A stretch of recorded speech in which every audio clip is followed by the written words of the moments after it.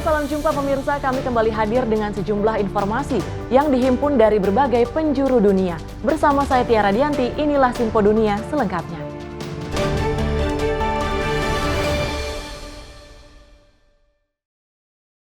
Sinpo Dunia kami awali dengan informasi ancaman resesi kembali membayangi pasar modal dan pelaku ekonomi real Amerika Serikat dengan pemberlakuan sejumlah tarif oleh pemerintahan Donald Trump.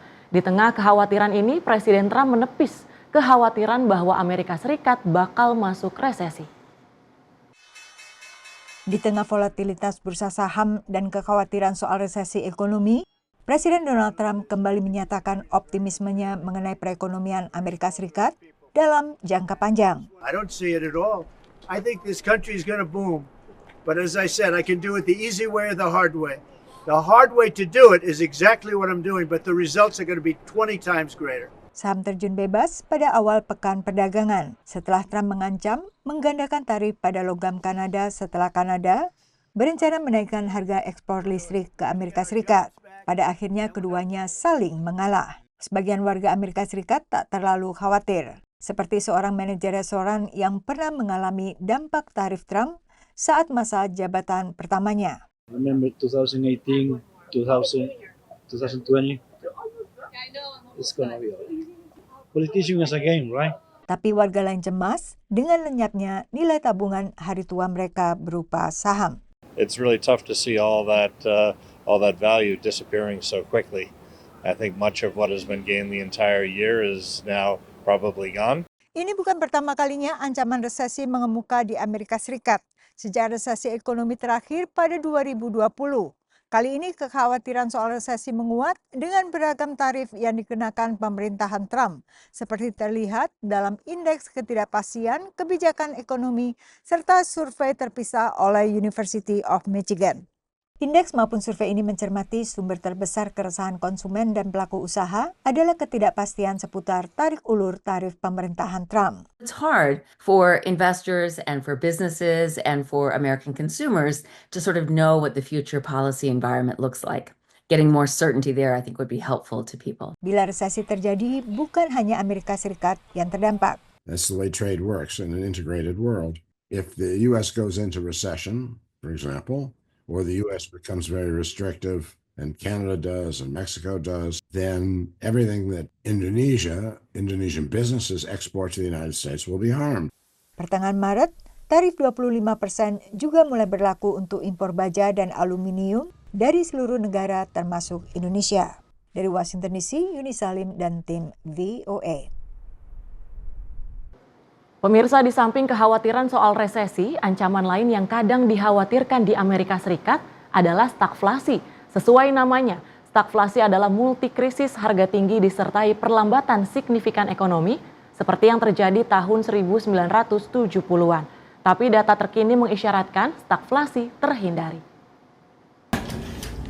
Di San Diego, negara bagian California, seorang perangkai bunga mengaku semakin sulit baginya untuk mempertahankan pelanggan bila harus terus menyerap kenaikan harga bunga di tingkat grosir. I've been in the industry for about 20 years and I've seen so many changes with the clientele, with types of flowers, trends, and the cost of flowers, which has gone up significantly. Banyak bunga diimpor sehingga tarik ulur soal tarif impor juga membayangi usahanya. It's scary. Who knows what the prices will be like in a few months or in the summer. Sementara di Jacksonville, negara bagian Florida, Regina dan ibunya adalah pemilik sebuah toko kue yang kewalahan dengan meningkatnya harga telur.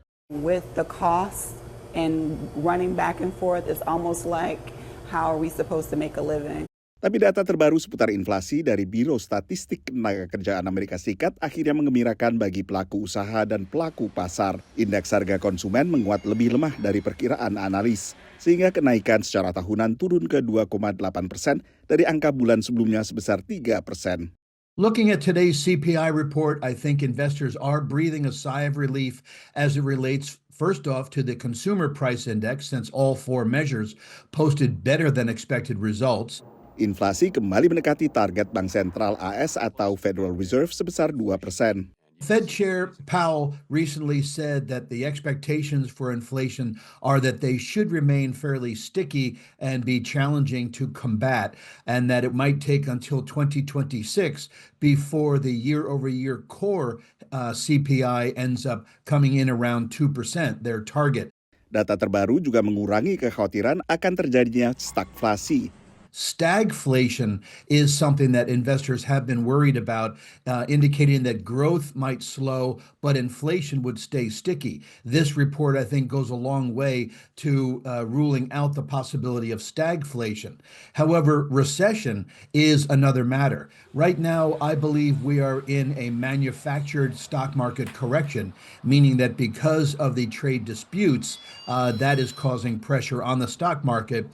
But take away this trade dispute pressure, and the market will likely buoy as if it were a balloon held underwater.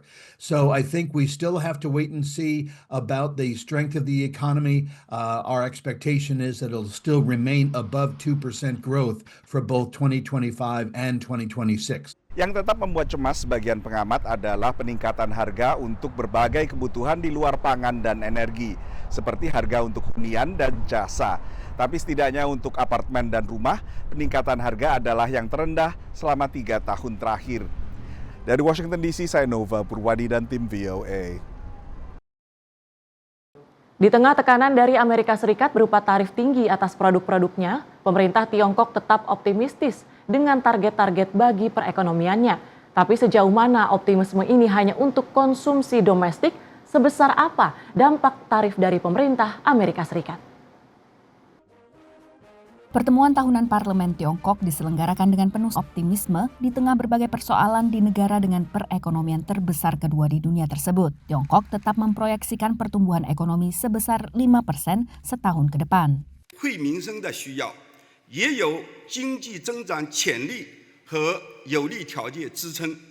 Pertemuan kali ini dibayangi tarif baru dari pemerintah Amerika Serikat di bawah Donald Trump. 美国应该复盘一下，你们从这些年的关税战、贸易战中得到了什么？ Dalam pidato kenegaraannya di depan Kongres Amerika, Trump menegaskan kembali perlunya memberlakukan tarif kepada negara yang dituduh melakukan praktik dagang tak adil terhadap AS. Other countries have used tariffs against us for decades, and now it's our turn to start using them against those other countries. Seperti saat masa jabatan pertamanya dulu, sasaran tarif terbesar dari pemerintah Trump adalah Tiongkok. Sejak menjabat, Trump telah 2 kali menetapkan tarif ke Tiongkok. Tarif pertama sebesar 10% aktif pada 4 Februari lalu, kemudian tambahan 10% pada 4 Maret. Pada kampanye Pilpres 2024, Trump sebut ia akan terapkan tarif 60% ke Tiongkok. Tiongkok akhirnya merealisasi ancaman tarif balasan diawali dengan tarif atas produk pertanian AS. Tapi menurut analis, tarif balasan ini relatif lunak. Whereas Trump's tariffs were across the board, the People's Republic of China's were much more selective and directed at specific industries and activities, specific products. Guna bertahan melawan tarif, Tiongkok mencoba mendongkrak konsumsi domestik, tapi upaya ini menghadapi beberapa kendala. There's still overproduction in China, so exports are still needed by a lot of companies.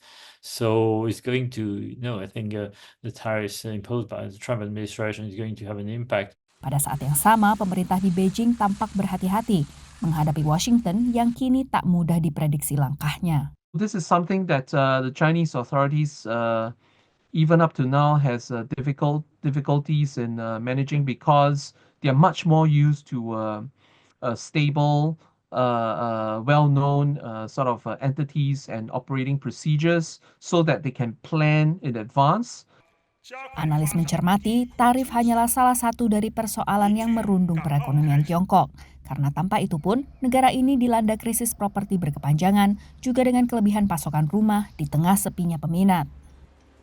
Dari Gedung Putih, Washington DC, Virginia Gunawan dan tim VOA. Pemirsa, pembekuan dana oleh pemerintah federal Amerika Serikat telah berdampak pada industri pertanian negara ini. Menteri Pertanian Amerika mengatakan para petani akan mendapat bantuan yang telah dijanjikan. Tapi menurut analis, Ketidakpastian ini membuat para petani tetap cemas mengenai bantuan di masa depan. Petani Andy Hatch memelihara dan memproduksi produk terkenal negara bagian Wisconsin. Cows and cheese. It's really what, built our state and still is a hugely important part of our economy. $46 billion impact on our state. Sumber utama pendapatan Andy adalah keju khusus yang disimpan di rak-rak di fasilitas miliknya. It will age for about a year before we sell it. It's in here biding its time, becoming delicious. Untuk bersaing dengan produsen keju Eropa yang memperoleh subsidi besar dari pemerintahan mereka, Andy perlu meningkatkan dan memperluas usahanya. To be competitive, we need support from public institutions, from the government. Andy minta bantuan pendanaan dari Dinas Konservasi Sumber Daya Alam atau NRCS di USDA. We applied for and were awarded federal funding through the NRCS. And that funding was meant to cover about 25% of a project that will stretch over $1 million. Andy sudah menghabiskan sekitar $50.000 untuk merancang fasilitas modern ramah lingkungan untuk kandang dan pemberian makan sapi yang menghasilkan susu untuk keju saat ia mendapat pemberitahuan Januari lalu bahwa pendanaan untuk proyek konservasi USDA dibekukan. We've not started construction and we won't until we're sure that the funding we were promised is going to come through. We're not getting paid or reimbursed for work that we have done. Joe Tumandel adalah Direktur Eksekutif Dairy Grazing Alliance yang juga bergantung pada pendanaan USDA untuk berbagai proyek, termasuk program magang untuk melatih generasi baru peternak sapi perah dan pekerja pertanian. We understand, the objectives of the administration and coming in and making sure that there isn't any abuse of the systems. And we just hope that we're not an unintended consequence of it because, we really align with what this administration is looking at doing. Uncertainty is the biggest risk for all actors in the agricultural supply chain. Andrew Stevens adalah asisten profesor pertanian dan ekonometri terapan di Universitas Wisconsin. Menurutnya, meski dana mengalir lagi, petani akan tetap cemas soal masa depan penggantian dana. The uncertainty of these federal freezes is really going to shift how farmers are making decisions and calls into question things that used to be taken for granted. Dalam komentar pertamanya kepada pers setelah dikukuhkan sebagai Menteri Pertanian di pemerintahan Trump, Brooke Rollins mengatakan salah satu prioritas utamanya adalah mengatasi pembukuan dana federal. If there are farmers that are indeed waiting for payments that have been committed to them, those will come through. Terlepas dari adanya penundaan pendanaan, USDA memproyeksikan pendapatan bersih pertanian Amerika Serikat pada tahun 2025 ini secara keseluruhan akan meningkat sekitar 30% dibanding tahun lalu. Dari Washington DC, saya Helmi Yohanes dan tim VOA. Anda kembali menyaksikan Sinpo Dunia, informasi kami lanjutkan. Seiring semakin banyaknya jumlah penduduk muslim di Amerika Serikat, industri halal di negara itu pun semakin subur, termasuk restoran halal. Tabis Hoda, kreator konten asal Philadelphia, Pennsylvania, hadir untuk menjembatani para pengusaha restoran dengan konsumen yang mencari-cari tempat makan yang menghidangkan sajian halal di sana. Tabis Hoda hadir di tengah para koki yang sedang bersiap menghidangkan menu khas Meksiko di Taco Beast Mexican Grill, Philadelphia, Pennsylvania. Yeah, that looks really good. Tapi ia bukan hadir untuk memasak, melainkan mengabadikan berbagai makanan di sana dalam bentuk konten media sosial. Tabish adalah sosok di balik akun Instagram Philly Halal Spots yang mempromosikan berbagai bisnis dan restoran halal di kota Philadelphia dan sekitarnya. I started this during COVID because there was a huge, sort of economic situation where people were not going out to eat, people were not supporting businesses, and a lot of businesses were struggling. So my wife and I, we came up with an idea that, hey, let's do something, to help some of these businesses get some exposure. And in Philadelphia, there was never a platform for Muslim-owned or halal businesses that existed. Selama 3 tahun terakhir, Tabish sudah mengulas lebih dari 100 restoran dan bisnis halal di kota itu. Akunnya telah diikuti setidaknya 31.000 orang dan menjadi panduan kuliner halal baik bagi warga Muslim maupun non-Muslim. Ketika ditanya sesering apa ia menerima pertanyaan warganet yang tidak familiar dengan konsep halal, Tabish menjawab, Every once in a while that'll happen, but I think in Philadelphia it's pretty common knowledge. There's a large Muslim population, so people are familiar with what halal is. Restoran yang diulas Tabish hari itu, Taco Biz, adalah restoran halal baru di Philadelphia. Meski mengusung menu Meksiko, bahan makanan yang digunakan merupakan produk-produk yang memenuhi syarat kehalalan, kata pemiliknya Mohammed Bad. Ia mengatakan revolusi halal sedang berlangsung di Amerika. All over United States, people want halal food. And there's actually, if you have halal, that's a plus point for every restaurant. Because now you have a huge community which eats halal, also part of your customer base. So it's actually very advantages for any restaurant to promote halal food. Hal senada diungkapkan Diana Wijoyo, koki sekaligus pemilik Rice and Sambal. Restoran yang pernah diulas Tabish dalam akun Philly Halal Spots itu menyajikan menu khas Nusantara seperti paket nasi liwet dengan konsep fine dining. Setiap hari Sabtu, Diana secara khusus menghidangkan sajian halal kepada para pelanggan. Diana mengapresiasi apa yang dilakukan Tabish dengan Philly Halal Spots-nya. You reach an audience that you didn't think that you would reach, because they are its own target audience. I appreciate what Tabish does, and he's brought a lot of customers down this way. So. Tabish, yang sehari-hari berprofesi sebagai dokter anestesia, berharap akunnya terus berkembang dan dapat membantu lebih banyak bisnis dan restoran halal di Amerika. Dari Philadelphia, Pennsylvania, Rifan Dwi Astono, Tari Sirziman, VOA. Pemirsa, Masjid Istiqlal, Masjid Diaspora Muslim Indonesia di Sugar Land, Texas, yang diubah dari bangunan gereja pada 2015, tak dapat menampung jamaah, terutama saat Ramadan. Dengan dana yang dikumpulkan bertahap, tahun ini pembangunan masjid baru diharapkan dapat memperbesar kapasitas dan berbagai fasilitas. It's super important to have Indonesian influence in the mosque. I think a lot of Indonesian Muslims in America aren't very well known in the public, and it's crazy because I think Indonesia is the biggest Muslim population in the world. Menampilkan wajah Indonesia yang dipadukan dengan desain tradisional memang menjadi bagian dakwah memperkenalkan Islam dan Indonesia dalam merancang pembangunan Masjid Istiqlal di Sugar Land, tak jauh dari kota Houston, Texas. As our community has started to grow larger, we really need to have the space to accommodate our jama'ah to park as well as to just pray, because while this has been good for the past few years, we definitely needed to expand. Masjid baru Diaspora Indonesia ini memang dibutuhkan untuk mengakomodasi jemaah yang semakin bertambah, terutama saat Ramadan. Kapasitas masjid lama yang terbatas membuat jemaah pria terpaksa melakukan sholat di luar. Namun, sebagai organisasi non-profit, pembangunan masjid amat tergantung dari sumbangan jemaah yang dikumpulkan secara bertahap. Selama Ramadan, pihak masjid berharap dapat mengumpulkan dana sebesar $350.000. Untuk pembangunan masjid yang baru, itu penggalangan dananya itu terutamanya berasal dari swadaya masyarakat Muslim Indonesia yang sebagian besar tinggal di Houston ataupun di luar kota Houston.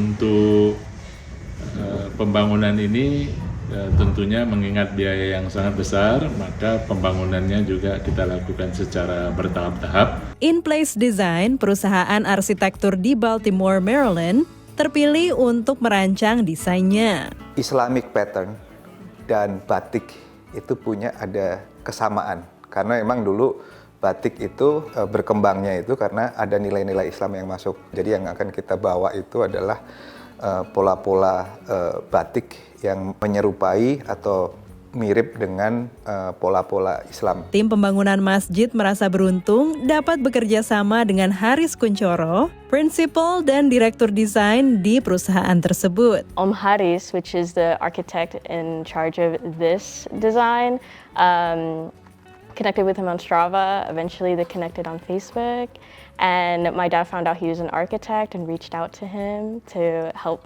design our mosque. Kalau mendesain masjid itu harus ada kubah. Kalau mendesain masjid itu harus seperti yang di Middle East. Sebetulnya nggak harus seperti itu, gitu ya. Jadi ya satu masalah fungsi kan sebetulnya. Mau bentuknya seperti apapun juga bisa ya. Cuman memang branding itu perlu, dan tugas kami ini di sini sebagai desainer dan arsitek, gitu, bagaimana bisa mendesain atau merumuskan bahwa kalau melihat ada masjid, oh itu masjid Indonesia. Saat ini konstruksi masjid dan lapangan parkir sudah mulai berjalan. Dengan dukungan dana yang cukup, masjid baru diharapkan akan dapat mulai dipakai tahun ini. With this new mosque, the design of the building will be facing the Kaabah, so it'll be a lot more ergonomical. So it'll be really nice in that sense. And then there's another building on top of that for like a multi-purpose activity room and a bigger place to do wudu and stuff. Because right now, if you saw the bathroom, it's pretty small, right? Kapasitas lebih besar dengan berbagai fasilitas akan memungkinkan masjid melayani jemaah dari berbagai kalangan usia dan bangsa, tak hanya Muslim Indonesia. Dari Sugarland, Texas dan Baltimore, Maryland, tim VOA. Setiap tahun relawan Masjid Komunitas Indonesia di Los Angeles, At-Thohir, mengirimkan paket berisi produk Indonesia ke para tetangga sekitarnya. Selain bertujuan untuk menjaga kerukunan warga, saling kirim bingkisan dan dukungan terutama selama Ramadan sudah menjadi tradisi di antara masjid-masjid dan komunitas muslim antarbangsa di Los Angeles. Siang ini relawan, yang kebanyakan adalah anak dan remaja diaspora Indonesia, menyiapkan kantong-kantong berisi produk Indonesia untuk dibagikan ke warga di sekitar Masjid At-Thohir. So inside the bag there are pack of dates and pinto beans. So each household gets a bag and some chocolate biscuits. Isi bingkisan merupakan sumbangan dari para jemaah Masjid Komunitas Indonesia yang terletak di kawasan K-Town atau Koreatown, konsentrasi bisnis warga keturunan Korea di Los Angeles. Sejak diresmikan tahun 2022, Masjid At-Thohir aktif melakukan kegiatan jangkauan komunitas, termasuk acara tahunan pembagian bingkisan untuk tetangga ini. Tujuannya adalah untuk menjalin silaturahmi dengan tetangga-tetangga masjid kita, karena bagaimana kehadiran masjid kita ini kan mengganggu mereka lah ya, parkirnya jadi lebih sulit dan seterusnya. Jadi kita tidak ingin ada hal-hal yang membuat mereka tidak menyukai kita gitu, karena memang ada kejadian ya di masjid yang tidak jauh dari tempat kita ini, tetangga-tetangganya merasa terganggu karena parkirannya penuh terus ya. Mereka mengajukan petisi kepada city kalau parkir di sini harus pakai permit. Nah, kalau itu terjadi dengan masjid kita yang nggak punya parkiran, itu kan menjadi sangat fatal untuk kegiatan-kegiatan masjid kita. Relawan dibagi ke beberapa kelompok agar pembagian lebih efektif. Para remaja ini ditemani beberapa relawan dewasa dan guru kelas pengajian mingguan untuk anak dan remaja yang berlangsung setiap Sabtu di At-Thohir. Alhamdulillah remaja-remaja muslim di sini, karena mereka sering dibawa oleh orang tuanya untuk berkegiatan di sini. Mereka aktif sekali. Mereka sudah berkegiatan sejak dari SD. Jadi ketika mereka sekarang sudah di high school, di SMA, mereka tetap datang ke sini dan berkontribusi. Kita bilang kepada anak-anak bahwa mereka sebenarnya adalah ambasador. Mereka adalah muslim-muslim yang tampil untuk komunitas terutama di Los Angeles. You're welcome. Thank you so much. Thank you. Have a good day. Dan juga supaya anak-anak ini tetap bangga sebagai menjadi orang muslim. I think it's great that they're helping out the community, even though it's, we're all kind of in our own culture and religion. I'm glad that they're helping us out as much. Cuma juga ada yang, saya udah happy dengan agama saya nggak menjadi muslim gitu. Makanya ditaruh di bag itu ada surat dalam bahasa Inggris dan bahasa Spanyol itu, kita tidak mengajak apapun mereka untuk, bukan dakwah lah pada prinsipnya. Jadi hanya kita memperkenalkan siapa kita dan terima kasih kepada mereka supaya maklum kalau kita nanti Ramadan lebih sibuk. Selama bulan Ramadan memang banyak sekali kegiatan yang biasa dilakukan. Misalnya seperti buka puasa bersama tentunya, atau juga sholat tarawih dan pengajian. Tapi ada satu hal lagi yang cukup unik. Ini adalah kurma pemberian dari Masjid Raseda Islamic Center yang tidak jauh dari sini. Ini merupakan bukti ukhuwah Islamiyah atau ikatan antar komunitas muslim di Los Angeles. Jadi kalau masjid-masjid di sini nih saling kirim-kirim. Terlebih karena tidak sedikit komunitas muslim di Los Angeles terdampak kebakaran hebat Januari lalu. Meski begitu, kegiatan Ramadan di At-Thohir tetap berjalan. Selain dibawakan dalam bahasa Indonesia, berbagai kegiatan Ramadan di Masjid At-Thohir juga berlangsung dalam bahasa Inggris untuk mengakomodasi jemaah yang terdiri dari berbagai bangsa di salah satu kota paling majemuk di Amerika Serikat ini. Dari Los Angeles, California, Aryatna Budianto, Dania Iman, dan Irfan Ihsan, VOA. Taruh 2, Bang. Informasi tadi sekaligus menutup jumpa kita pada edisi kali ini. Tetap saksikan Sinpo Dunia hanya di Sinpo TV. Saya Tiara Dianti mewakili kerabat kerja yang bertugas, pamit undur diri. Terima kasih dan sampai jumpa.